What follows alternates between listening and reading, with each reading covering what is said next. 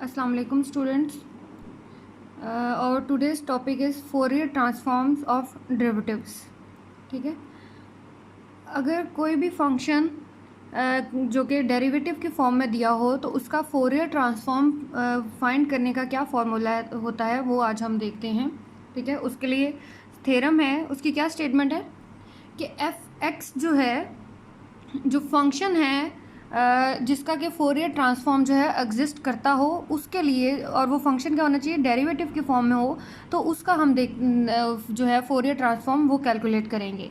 Late F X be continuous on the X axis.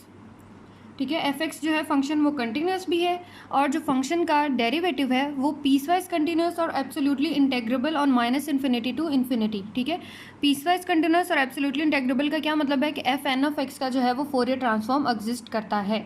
ठीक है, यही हमने एग्जिस्टेंस में कंडीशन पढ़ी थी ना, वो फंक्शन पीसवाइज कंटिन्यूस भी हो और अगर एब्सोल्युटली इंटेग्रेबल भी हो तो उसका जो है हमारे पास फोरियर ट्रांसफॉर्म जो है वो एग्जिस्ट करेगा।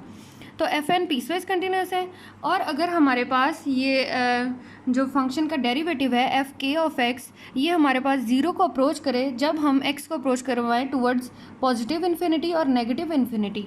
ठीक है, तो हमारे पास एफ एन ऑफ एक्स का फोरियर ट्रांसफॉर्म क्या होगा, that will be equal to iota omega N F of omega. N की यहाँ पे एन क्या है, ये डेरिवेटिव को शो कर है, ये फर्स्ट डेरिवेटिव भी हो सकता है, second derivative, third up to so on nth derivative तक जो है हम इसका फोरियर ट्रांसफॉर्म फंक्शन का देख सकते हैं अकॉर्डिंग टू दिस फार्मूला। ठीक है, अब इसका हम प्रूव करने से पहले अगर मैं यहीं जो है n की डिफरेंट वैल्यूज़ लूँ तो उसके अकॉर्डिंग आपके पास यहाँ से अगर हम निकालें Fourier of F of X, वो किसके इक्वल होगा, that is equal to iota omega F of omega, इसके इक्वल ही होगा ना। आयोटा एन की वैल्यू अगर 1 है, अगर एन की वैल्यू हम ले लेते हैं 2, तो Fourier of F double prime of X वो किसके इक्वल होगा, that is iota omega square. N की वैल्यू 2 आ जाएगी, तो यहाँ से क्या आ गया, आयोटा स्क्वायर -1, तो ये आ गया minus omega F of omega up to so on, आपके पास क्या आ जाएगा, nth टर्म्स तक आ जाएगा। ठीक है, अब हम इसका प्रूफ देखते हैं। इसका जो प्रूफ है उसमें हमने nth टर्म के लिए इसको जो है कैलकुलेट करना है, तो nth टर्म तक कैलकुलेट करने के लिए हम मैथमेटिकल इंडक्शन का जो मेथड है वो यूज़ करेंगे। यानी हम प्रूव करेंगे फॉर n इक्वल टू 1 के लिए ये आंसर आएगा, n इक्वल टू 2 के लिए ये आंसर आएगा, then for n equal to k के लिए आंसर लाएंगे, और फिर उसको प्रूव करेंगे कि ये जो है n की तमाम वैल्यूज़ के लिए फंक्शन जो है वो सेटिस्फाई करता है। ठीक है, फर्स्ट केस ले रहे हैं for n equal to 1।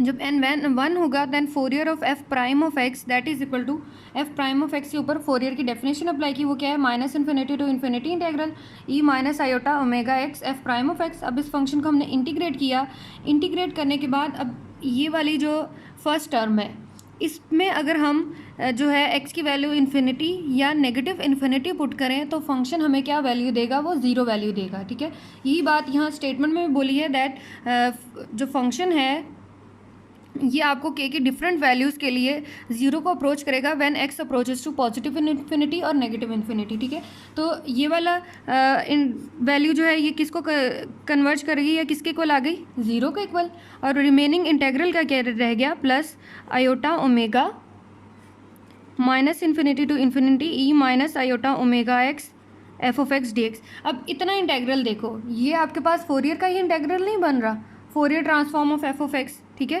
That is equal to iota omega Fourier of F of x that is equal to Fourier of F prime of x. ठीक है, तो यही चीज़ हमने प्रूव करनी थी for n equal to 1, Fourier of F prime of x that is equal to iota omega F of x. ठीक है, Fourier of F of x.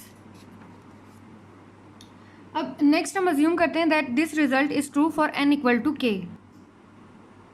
यहाँ पे Fourier of F of x की वैल्यू भी आप लिख सकते हैं, that is equal to iota omega F of omega. Suppose this is the equation 1। ठीक है, ठीक है, thus the result is true for n equal to 1। अब हम इसको प्रूव करेंगे for n equal to k के लिए। ठीक है, let us assume that the result is true for n equal to k। n equal to k करने का क्या मतलब है, that means that Fourier of f k of x is equal to iota omega k f of k।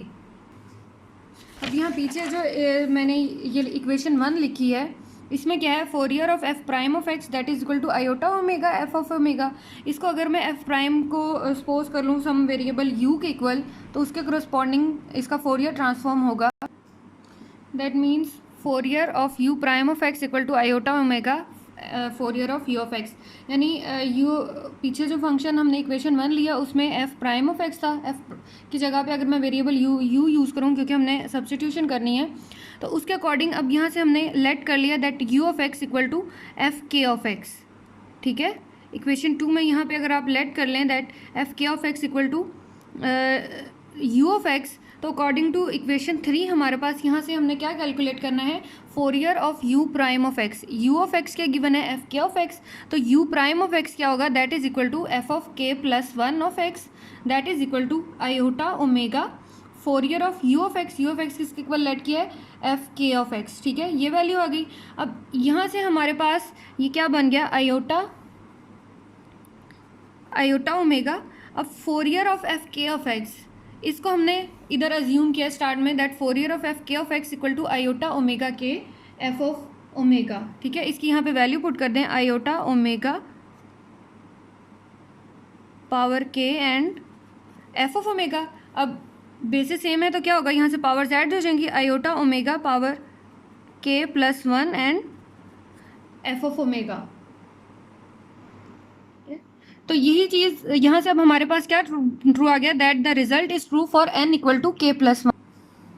ठीक है, which shows that the result is true for n equal to k plus 1। अगर result n equal to k plus 1 के लिए true है, hence by the principle of mathematical induction the result will be true for all integral positive integral values of n। ठीक है, तो it's mean कि आपके पास ये जो हमने प्रूव किया है कि स्टेटमेंट क्या थी इसकी, that the result is true Fourier of f N of x is equal to iota omega N F of omega. इसको हमने with the help of mathematical induction जो है वो सॉल्व किया। यानी कोई भी फंक्शन जो आपके पास जिसका डेरिवेटिव मौजूद हो उसका आपने फोरियर लेना हो तो उसका फॉर्मूला क्या है, that is iota omega power n, जितना है उसका डेरिवेटिव की पावर होगी एफ ऑफ ओमेगा। अब इसको ये हम एक एग्जाम्पल देखते हैं। एग्जाम्पल 5 है आपकी बुक में, find Fourier transform of function F of x equal x e power minus x square. इसको आप बाय डेफिनेशन, सिंपल डेफिनेशन से भी आप इसको सॉल्व कर सकते हैं, लेकिन अगर हमने इसको इजी वे में सॉल्व करना है तो हम क्या करते हैं कि देख लेते हैं कि क्या ये जो फंक्शन गिवन है क्या ये किसी फंक्शन का डेरिवेटिव बन रहा है। ठीक है, तो उसके अकॉर्डिंग अगर मैं यहाँ से लिखूँ that Fourier of F of x that is equal to Fourier of x e power minus x square. अब यहाँ से आप देखें ये हमारे पास एक्सपोनेंशियल फंक्शन है और साथ में एक्स जो है वो मल्टीप्लाई हो रहा है। अगर मैं देखूँ कि ये जो एक्सपोनेंशियल फंक्शन है इसका डेरिवेटिव क्या होता है, एक्सपोनेंशियल फंक्शन का डेरिवेटिव क्या होगा, अगर आप यहाँ से लिख लें that d over d x e power minus x square, ये किसके इक्वल होता है, e power minus x square into minus 2x, इसके इक्वल इसका डेरिवेटिव आएगा। तो ये फंक्शन इस -2 को छोड़ के बाकी सारा यही नहीं पड़ा हुआ, तो अगर मैं इस फंक्शन को -2 से मल्टीप्लाई और डिवाइड कर दूं तो फिर ये हमारे पास इस फंक्शन का फोरियर ट्रांसफॉर्म है वो हम अकॉर्डिंग टू डेरिवेटिव्स के फॉर्मूले के अकॉर्डिंग इसको सॉल्व कर सकते हैं। तो यहाँ से क्या लिख सकती हूँ दैट अगर मैं इसको -2 से मल्टीप्लाई और डिवाइड करूँ, अगर मैं ऐसे लिखूँ -1/2 Fourier of 2x E power minus x square. ठीक है, अब ये सिंप्लीफाई करना इजी होगा। और इतना वाला फंक्शन जो है ये किसका डेरिवेटिव है, -1/2 Fourier of D over d x e power minus x square. ठीक है, यहाँ पे -2 से मल्टीप्लाई और -2 से ही डिवाइड कर रहे हैं। ठीक है, तो फिर ये आपके पास जो है ये डेरिवेटिव का प्रॉपर जो फॉर्म बनेगी, -2 से मल्टीप्लाई किया और -2 से ही इस फंक्शन को डिवाइड किया, तो अब ये आपके पास डेरिवेटिव का आ गया। तो डेरिवेटिव का क्या फॉर्मूला था आपके पास कि अगर फंक्शन है जिसका कि अब यहाँ पे हमारे पास क्या है, फर्स्ट डेरिवेटिव है, तो फर्स्ट डेरिवेटिव के अकॉर्डिंग क्या फॉर्मूला होएगा, iota omega F of omega. ठीक है, तो यहाँ से क्या आ गया, -1/2 आयोटा ओमेगा। अब एफ ऑफ ओमेगा हमें कैलकुलेट करना है, अगर मैं यहाँ से लिख दूँ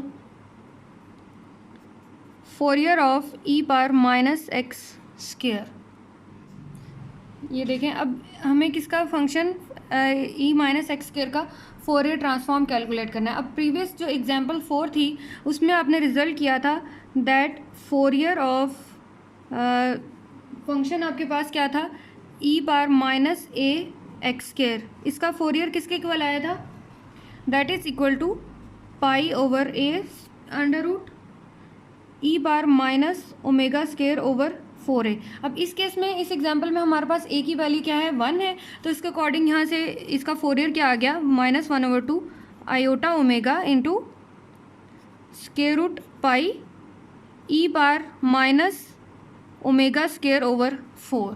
ठीक है, ये हमारे पास इस function x e minus x square का आपके पास फोरियर क्या आ गया, Fourier of F of x that is equal to minus iota omega under root pi over 2 e bar minus omega square over 4। ये हमारे पास इस गिवन फंक्शन का जो है वो फोरियर ट्रांसफॉर्म आ गया है। ठीक है, होपफुली समझ आ गई होगी आपको। ठीक है, कोई भी फंक्शन हो जो कि आपने पहले उसको देख लेना है कि क्या ये किसी फंक्शन का डेरिवेटिव बन रहा है। अगर डेरिवेटिव बनता है तो इसको आप फोरियर ट्रांसफॉर्म ऑफ डेरिवेटिव्स का जो है फॉर्मूला अप्लाई करके उसको कुछ ही स्टेप्स में इस फंक्शन को हम सॉल्व कर सकते हैं। इस फंक्शन को हम वैसे भी सिर्फ इसका फोरियर ट्रांसफॉर्म कैलकुलेट करते हैं, लेकिन वो फिर लेंथी जो हो उसका प्रोसेस हो जाएगा। Okay, thank you.